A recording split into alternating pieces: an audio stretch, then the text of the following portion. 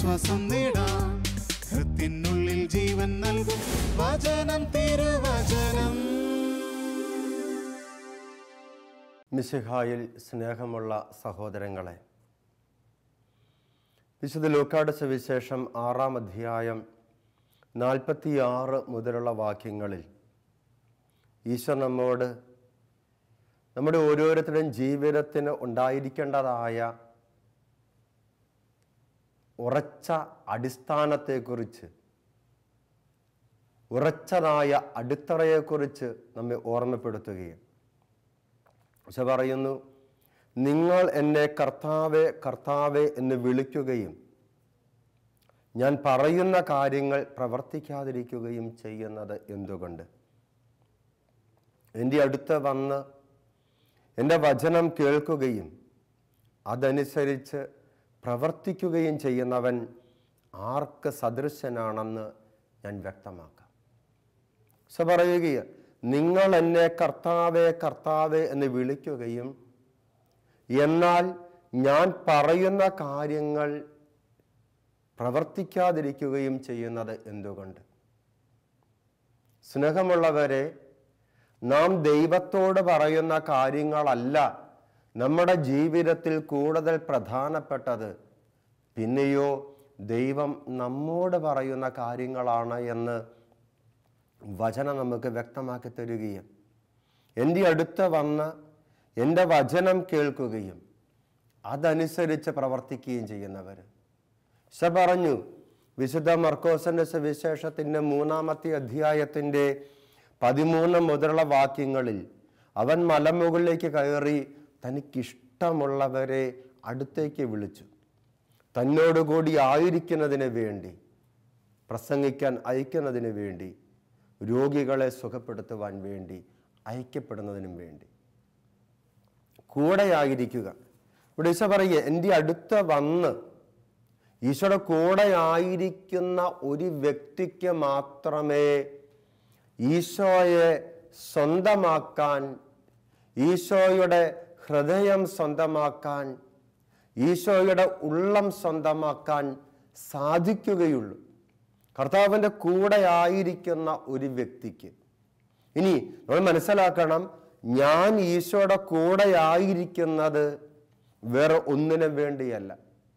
ഞാൻ കർത്താവേ കർത്താവേ എന്ന് വിളിക്കുന്നത് വേറെ മാനുഷികമായ, ഭൗതികമായ, ലൗകികമായ ഈ ലോകത്തിൻ്റെതായ ലക്ഷ്യങ്ങൾക്കോ നേട്ടങ്ങൾക്കോ നന്മകൾക്കോ വേണ്ടിയല്ല, പിന്നെയോ ഈശോയെ സ്വന്തമാക്കുവാൻ വേണ്ടി, ഈശോയുടെ കൂടെ ആയിരിക്കുവാൻ വേണ്ടി, ഈശോയെ സ്വന്തമാക്കുവാൻ വേണ്ടി, ഈശോയാൽ സ്വാധീനിക്കപ്പെടുവാൻ വേണ്ടി. അത് നമ്മൾ കാണുന്നത് അവൻ്റെ വചനം കേൾക്കുകയും അതനുസരിച്ച് പ്രവർത്തിക്കുകയും ഈശോയാൽ, ഈശോയുടെ വചനത്താൽ സ്വാധീനിക്കപ്പെടുന്നതായ ഒരു ജീവിതത്തിൻ്റെ സ്വഭാവം, ഒരു ജീവിതത്തിൻ്റെ തനിമ, ഈശോയാൽ സ്വാധീനിക്കപ്പെടുന്നതായ, ഈശോയുമായുള്ള ബന്ധത്താൽ ഞാൻ സ്വാധീനിക്കപ്പെടുന്നു.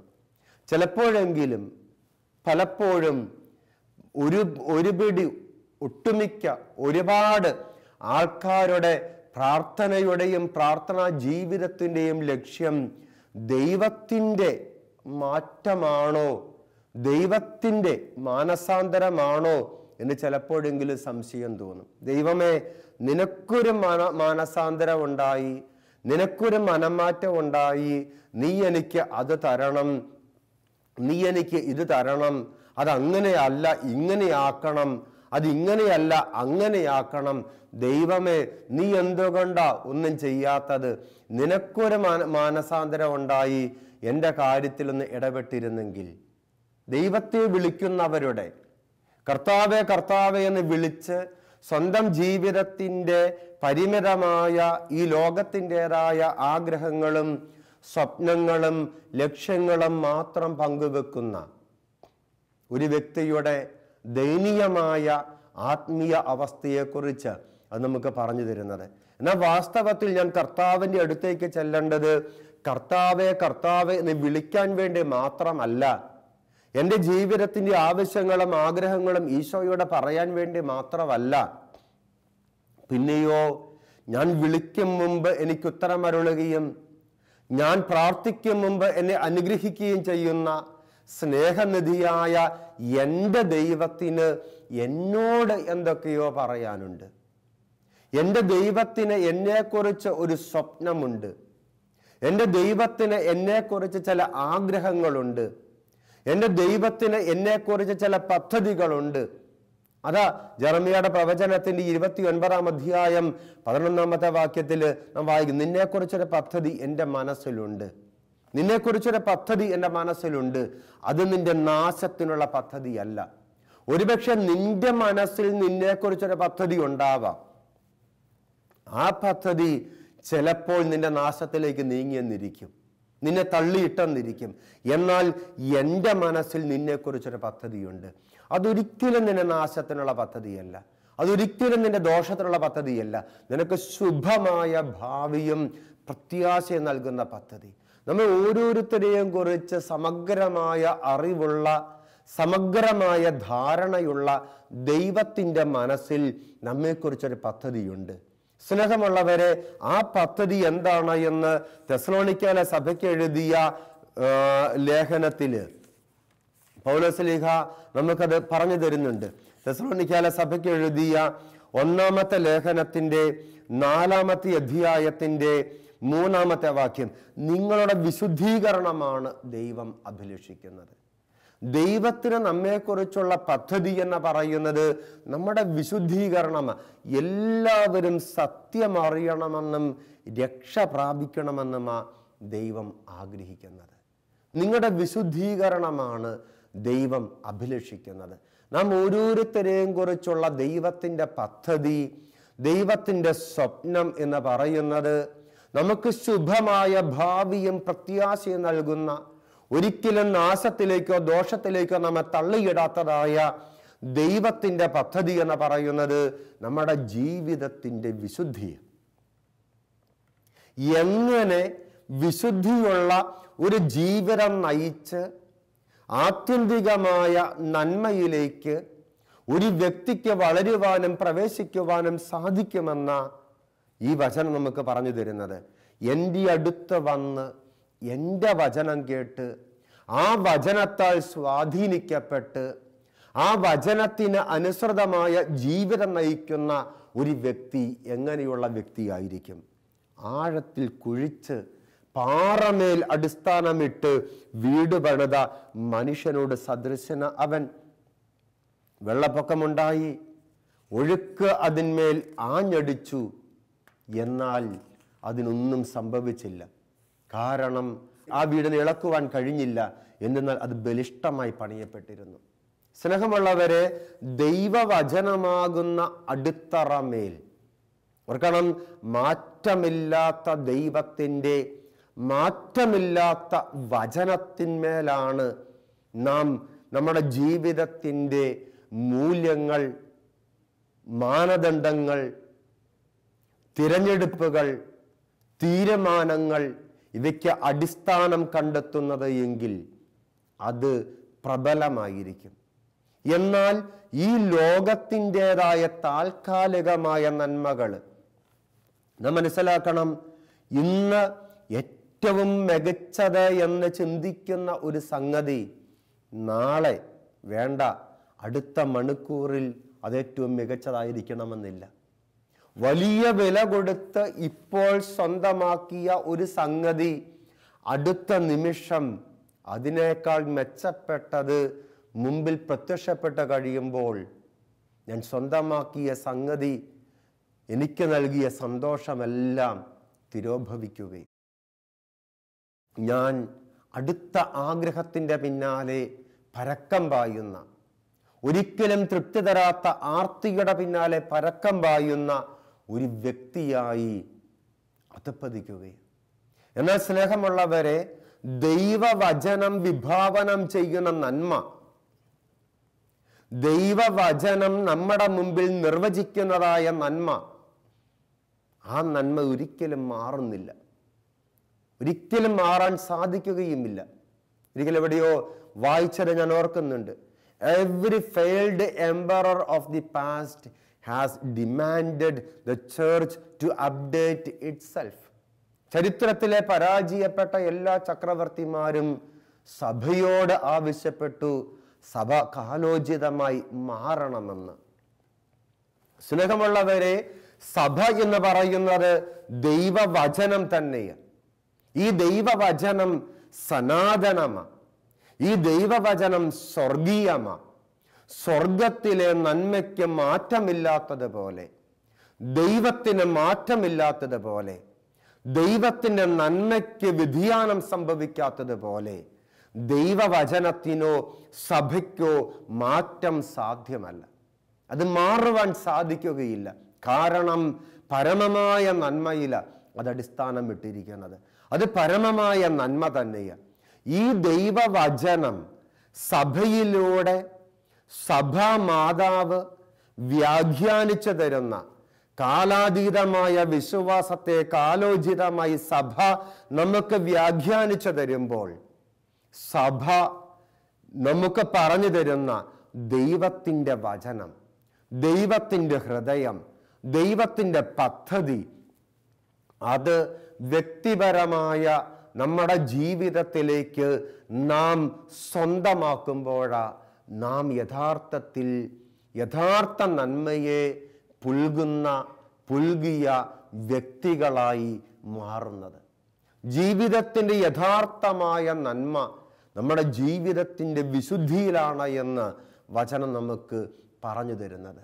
സ്നേഹമുള്ളവരെ, റോമാക്കാർക്ക് എഴുതിയ ലേഖനത്തിൽ പൗലോസ്ലീഹ 8-ാം അധ്യായം 28-ാമത്തെ വാക്യത്തിൽ പറഞ്ഞു തരികയും ദൈവത്തെ സ്നേഹിക്കുന്നവർക്ക്, അവിടുത്തെ പദ്ധതി അനുസരിച്ച് വിളിക്കപ്പെട്ടിരിക്കുന്നവർക്ക്, ദൈവത്തെ സ്നേഹിക്കുന്നവർക്ക് ആ സ്നേഹത്തെ പ്രതി ഒരു വലിയ ദൈവശാസ്ത്രജ്ഞനായ വിശുദ്ധ ജോൺ ബർണവൻ പാപ്പ പറഞ്ഞതുപോലെ സ്നേഹമുള്ള ഒരു വ്യക്തിയെ സംബന്ധിച്ചിടത്തോളം വചനം പാലിക്കുക ഒട്ടും ബുദ്ധിമുട്ടുള്ള കാര്യമല്ല. ദൈവത്തെ സ്നേഹിക്കുന്ന ഒരു വ്യക്തിയെ സംബന്ധിച്ചിടത്തോളം തീർച്ചയായും അനുസരണം അതിൽ തന്നെ വൈഷമ്യമുള്ളതാണ് എങ്കിലും സ്നേഹത്തിൻ്റെ പശ്ചാത്തലത്തിൽ പരിതസ്ഥിതിയിൽ അനുസരണം എളുപ്പമുള്ളതായി മാറുക. അതുകൊണ്ട് ഈശോ പറഞ്ഞത് എൻ്റെ നുകം വഹിക്കാൻ എളുപ്പമുള്ളതാ, അത് ഭാരം കുറവുള്ളതാ. സ്നേഹത്തിൻ്റെ നുകമ വഹിക്കാൻ എളുപ്പമുള്ള ഘനം കുറഞ്ഞതായ നുകമെന്ന് പറയുന്നത് ദൈവത്തെ സ്നേഹിക്കുന്നവർക്ക് ആ സ്നേഹത്തെ പ്രതി ദൈവത്തിൻ്റെ മനസ്സിന്, ദൈവത്തിൻ്റെ ഹിതത്തിന് സ്വന്തം ജീവിതത്തെ സമർപ്പിക്കുന്ന വ്യക്തികളെ സംബന്ധിച്ചിടത്തോളം ആ ജീവിതം യഥാർത്ഥമായ വിശുദ്ധിയാകുന്ന നന്മയിലേക്ക് ഉത്തരോത്തരം വളരുന്നതായ ഒരു അവസ്ഥ.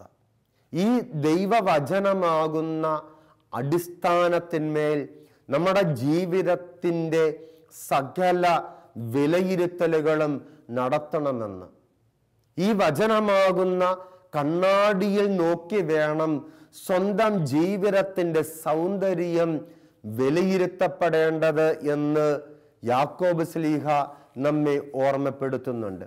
ദൈവവചനമാകുന്ന കണ്ണാടി, നമുക്കറിയാം ഒരു കണ്ണാടിയിൽ പ്രതിബിംബം ഉണ്ട്.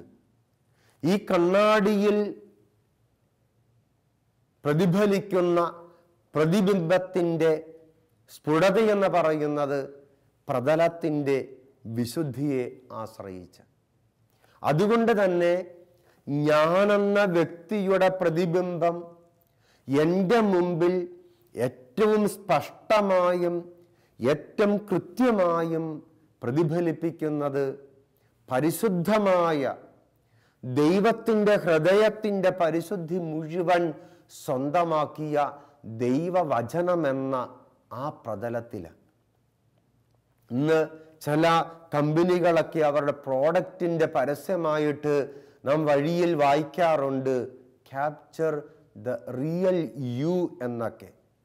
യഥാർത്ഥ നിന്നെ നീ ഒപ്പിയെടുക്ക്, യഥാർത്ഥ നിന്നെ നീ ഒപ്പിയെടുത്ത് കാണ്, ആസ്വദിക്കുക എന്ന്. പക്ഷെ സ്നേഹമുള്ള സഹോദരങ്ങളെ, യഥാർത്ഥ എന്നെ എനിക്ക് ഒപ്പിയെടുക്കാൻ സാധിക്കണമെങ്കിൽ, യഥാർത്ഥ എന്നെ എനിക്ക് പൂർണ്ണമായ അളവിലും അർത്ഥത്തിലും മനസ്സിലാക്കാൻ സാധിക്കണമെങ്കിൽ ഈ ദൈവവചനമാകുന്ന ശുദ്ധമായ പ്രതലത്തിൽ എൻ്റെ പ്രതിബിംബം എനിക്ക് കാണുവാൻ സാധിക്കണം. ഈ ദൈവവചനമാകുന്ന പരിശുദ്ധമായ പ്രതിബിംബത്തിൽ എൻ്റെ മുഖം ഞാൻ കാണുമ്പോൾ എൻ്റെ മുഖത്തുള്ളതായ ഏറ്റവും സൂക്ഷ്മമായ കുറവുകൾ പോലും, ചുളിവുകൾ പോലും, പാണ്ടുകൾ പോലും എനിക്ക് തിരിച്ചറിയാൻ ആ വചനത്തിൻ്റെ സ്ഫുടതയ്ക്ക് സാധിക്കും, വചനത്തിൻ്റെ വിശുദ്ധിക്ക് സാധിക്കും. അതല്ലാതെ ഈ ലോകത്തിൻ്റെതായ വേറെ ഒരു വിലയിരുത്തലുകൾക്കും അത്രമാത്രം കൃത്യമായ ഒരു സ്വയ അവബോധം നമുക്ക് പകർന്നു തരുവാൻ സാധിക്കുകയില്ല എന്ന് സ്നേഹമുള്ളവരെ നാം മനസ്സിലാക്കണം. അതുകൊണ്ട് തന്നെ നമ്മുടെ ജീവിതത്തെ നമുക്ക് മനസ്സിലാക്കുവാൻ, നമ്മുടെ ജീവിതത്തെ നമുക്ക് വിലയിരുത്തുവാൻ, നമ്മുടെ ജീവിതത്തെ വേണ്ടതായ രീതിയിൽ തിരുത്തുവാൻ നമ്മെ പ്രാപ്തമാക്കുന്നത് ദൈവത്തിൻ്റെ വചനമാണ്. ദൈവത്തിൻ്റെ വചനമാണ്. ഈ ദൈവവചനമാകുന്ന ഏറ്റവും വിശുദ്ധമായ, ഏറ്റവും പരിശുദ്ധമായ ഈ പശ്ചാത്തലത്തിൽ വേണം നമ്മുടെ ജീവിതം വിലയിരുത്തപ്പെടുവാൻ, നമ്മുടെ ജീവിതം അടിസ്ഥാനം ഇടപെടുവാനും. മാത്രമല്ല സ്നേഹമുള്ളവരെ, ഈ ദൈവവചനത്തിൽ വെളിപ്പെടുത്തപ്പെടുന്ന ദൈവത്തിൻ്റെ ഹിതമെന്ന് പറയുന്നത് നമ്മെ വിശുദ്ധീകരിക്കുവാനും നമ്മെ രൂപാന്തരപ്പെടുത്തുവാനും പ്രാപ്തിയുള്ളതാണ് എന്ന് വചനം നമുക്ക് പറഞ്ഞു തരുന്നുണ്ട്. ഹെബ്രായ ലേഖനത്തിൻ്റെ 4-ാമത്തെ അധ്യായത്തിൻ്റെ 12 മുതലുള്ള വാക്യങ്ങൾ നമുക്കൊക്കെ പരിചിതമാണ്. ദൈവത്തിൻ്റെ വചനം സജീവമാണ്, ഊർജസ്വലമാണ്. ദൈവവചനം എന്ന് പറയുന്നത് ഒരു പുസ്തകത്തിൽ ഉറങ്ങിക്കിടക്കുന്ന അക്ഷരക്കൂട്ടങ്ങളാണ് എന്നെ തെറ്റിദ്ധരിക്കരുത്. ദൈവവചനം എന്ന് പറയുന്നത് കേവലം കുറെ വാക്കുകളുടെ സമാഹാരമാണെന്നോ വാക്യങ്ങളുടെ കൂട്ടമാണോ എന്നോ പുസ്തകങ്ങളുടെ സമുച്ചയമാണോ എന്ന് തെറ്റിദ്ധരിക്കരുത്. ദൈവവചനം ദൈവം തന്നെയാണ്. ദൈവവചനം അത് ജീവനുള്ളത്, സജീവമാണ്, ഊർജസ്വലമാണ്, അത് കർമ്മനിരതമാണ്. ദൈവവചനം നമ്മുടെ ഓരോരുത്തരുടെയും ജീവിതത്തിൽ സജീവവും ഊർജസ്വലവുമാണ്. ഇരുതല വാളിനേക്കാൾ മൂർച്ചയേറിയതാ. ചേതനയിൽ, ആത്മാവിൽ, സന്ധിബന്ധങ്ങളിൽ, മജ്ജയിൽ പോലും തുളച്ച കയറി ഹൃദയത്തിൻ്റെ വിചാരങ്ങളെയും നിയോഗങ്ങളെയും വിവേചിക്കുന്നതുമാണ്. സ്നേഹമുള്ളവരെ, വിവേചിക്കുക എന്ന വാക്ക അവിടെ വചനം നമ്മുടെ മുമ്പിൽ അവതരിപ്പിക്കുന്നു. ഈ വിവേചിക്കുക എന്ന ദിയാക്രീസിസ് എന്നൊരു ഗ്രീക്ക് വാക്ക ലേഖനത്തിൽ ഗ്രീക്കിൽ ഉപയോഗിക്കപ്പെട്ടിരിക്കുന്നത്. ദിയാക്രീസിസ് എന്ന ആ ഗ്രീക്ക് വാക്കിൻ്റെ അർത്ഥം കേവലം നന്മതിന്മകൾ തമ്മിൽ വേർതിരിക്കുക എന്നതല്ല. പിന്നെയോ ഒരു ക്രൈസ്തവ ആത്മീയതയിൽ നമുക്ക് വിഭാവനം ചെയ്യാവുന്ന സകല പുണ്യങ്ങളുടെയും വിശുദ്ധിയുടെയും ആകത്തുകയുടെ പേര വിവേചനം, ദിയാക്രീസിസ് എന്ന് പറയുന്നത്. എന്ന് പറഞ്ഞാൽ ദൈവവചനം ഒരു വ്യക്തിയുടെ ജീവിതത്തിൻ്റെ സമഗ്രതയിലേക്കും ഏറ്റവും സൂക്ഷ്മതലങ്ങളിലേക്കും കടന്നു ചെന്ന് അശുദ്ധമായതിനെ എല്ലാം അകറ്റി വിശുദ്ധമായതിനെ എല്ലാം ജ്വലിപ്പിച്ച് സ്വർഗീയമായ ദൈവികമായ സകല വിശുദ്ധിയുടെയും ആകത്തുകയുടെ ഉടമയാക്കി ഒരു വ്യക്തിയെ മാറ്റുന്നു എന്ന് വചനം നമുക്ക് പറഞ്ഞു തരികയാണ്. ഒരു വ്യക്തിയിൽ വചനം കൊണ്ടുവരുന്ന, വചനത്തിന് സ്വയം തുറന്നു കൊടുക്കുന്ന, വചനത്തോട് സ്വീകാര്യത പുലർത്തുന്ന, വചനത്തോട് അനുസരണം പ്രകടിപ്പിക്കുന്ന, വചനത്തോട് സഹകരിക്കുന്ന, വചനത്തോട് വിധേയപ്പെടുന്ന ഒരു വ്യക്തിയുടെ ജീവിതത്തിൽ വചനം കൊണ്ടുവരുന്ന സ്വർഗീയമായ വിസ്മയത്തിൻ്റെ ഒരു ലോകമാണ് ഇത് നമുക്ക് പറഞ്ഞു തരുന്നത്. നിന്നിൽ വചനം വിശുദ്ധിയുടെ വിസ്മയം സൃഷ്ടിക്കും. നിനക്ക് പോലും വിഭാവനം ചെയ്യാവുന്നതിനപ്പുറത്ത്, മനുഷ്യബുദ്ധിക്ക് വിഭാവനം ചെയ്യാവുന്നതിനപ്പുറത്ത് സ്വർഗീയമായ സകല വിശുദ്ധിയുടെയും സമന്വിതമായ സമഞ്ജസമായ ഒരു സമ്മേളന സ്ഥലമാക്കി നിന്റെ ജീവിതത്തെ ദൈവവചനം മനോഹരമാക്കി അലങ്കരിക്കുമെന്ന് നമുക്ക് പറഞ്ഞു തരികയും, അതുതന്നെയാണ് നമ്മൾ വായിക്കുന്നത് യോഹന്നാന്റെ സുവിശേഷത്തിൻ്റെ 15-ാമത്തെ അധ്യായത്തിൻ്റെ 3-ാമത്തെ വാക്യത്തിൽ ഈശോ തന്നെ നമ്മോട് പറയുന്നുണ്ട്, നിങ്ങൾ ശ്രവിച്ച വചനം നിമിത്തം നിങ്ങൾ ശുദ്ധിയുള്ളവരായിരിക്കുന്നു. നിങ്ങൾ ശ്രവിച്ച വചനം നിമിത്തം, ഞാൻ നിങ്ങളോട് പറഞ്ഞ വചനം നിമിത്തം, നിങ്ങൾ ശ്രവിച്ച വചനം നിമിത്തം, ദൈവവചനം ശ്രവിക്കുക വഴിയായി ദൈവവചനത്തോട് സ്വീകാര്യതയും തുറവിയും പുലർത്തുന്നത് വഴിയായി ദൈവവചനത്തിന് സ്വയം തുറന്നു കൊടുത്ത് ആ വചനത്താൽ സ്വാധീനിക്കപ്പെടുവാൻ സ്വയം സമർപ്പിക്കുന്നതിൻ്റെ ഫലമായി ഈ വചനം ഒരു വ്യക്തിയാണ്. ദൈവവചനം കേവലം ആശയമല്ല. ദൈവവചനം കേവലം ഒരു സ്വരമല്ല. ദൈവവചനം കേവലം കുറെ വാക്കുകളല്ല, കുറെ ആശയങ്ങളല്ല, ആത്മീയമായ കുറെ അറിവിൻ്റെ സമുച്ചയവുമല്ല ദൈവവചനം. പിന്നെയോ ദൈവവചനം ഒരു വ്യക്തിയാണ്.